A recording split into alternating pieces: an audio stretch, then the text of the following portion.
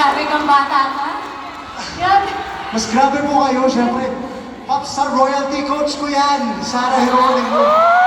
Darren, ikaw ang nag-coach sa akin sa The Voice Kids. Maraming salamat I love po. you, Of Darren. course, Ate Sarah, thank you so much for making this dream collaboration come true.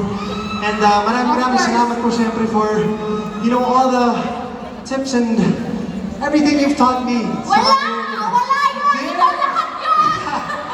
Opo, share ko lang po, of course, when I invited Coach Sarah to be part of my 10th anniversary, talagang nag-guest po talaga siya agad. And it means so much to me. Kunin ko lang yung towel mo. Ah! Thank you. Yan po. Hi, Sir Song! Thank you po. Thank you po. I just want to say, Darren, nahihiya man ako magsalita. Pero, Darren, mahal na mahal ka namin.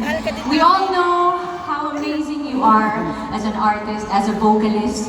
You are amazing. Pero, what made me love you so much more is your heart. Grabe yung puso mo, Darren. Every time I would see you, napaka-genuine ng happiness lang every time na nakikita tayo. Sobra akong bilib na bilib sa'yo, sa humility mo, Darren. Mahal na mahal kita, mahal na mahal ka namin. At alam kong maraming dekada pa ang itatagal mo dito sa industriya. If you remain humble, despite your greatness. Thank you po. I love you. I love you too. Maraming 10 salamat. years! 10 years na pala yun! Ang tangkat mo! 10 years na.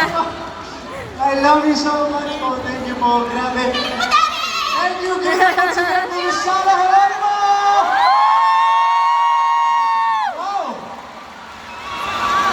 Who would have thought makakapag-mashup ang aming mga kanta na bibitaw na at alam? Nagustuhan niyo po ba yung mashup na yun?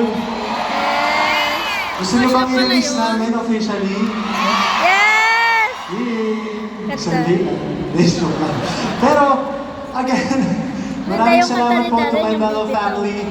And for all the support, yeah. Kaya naman, I wanna ask you guys before anything else.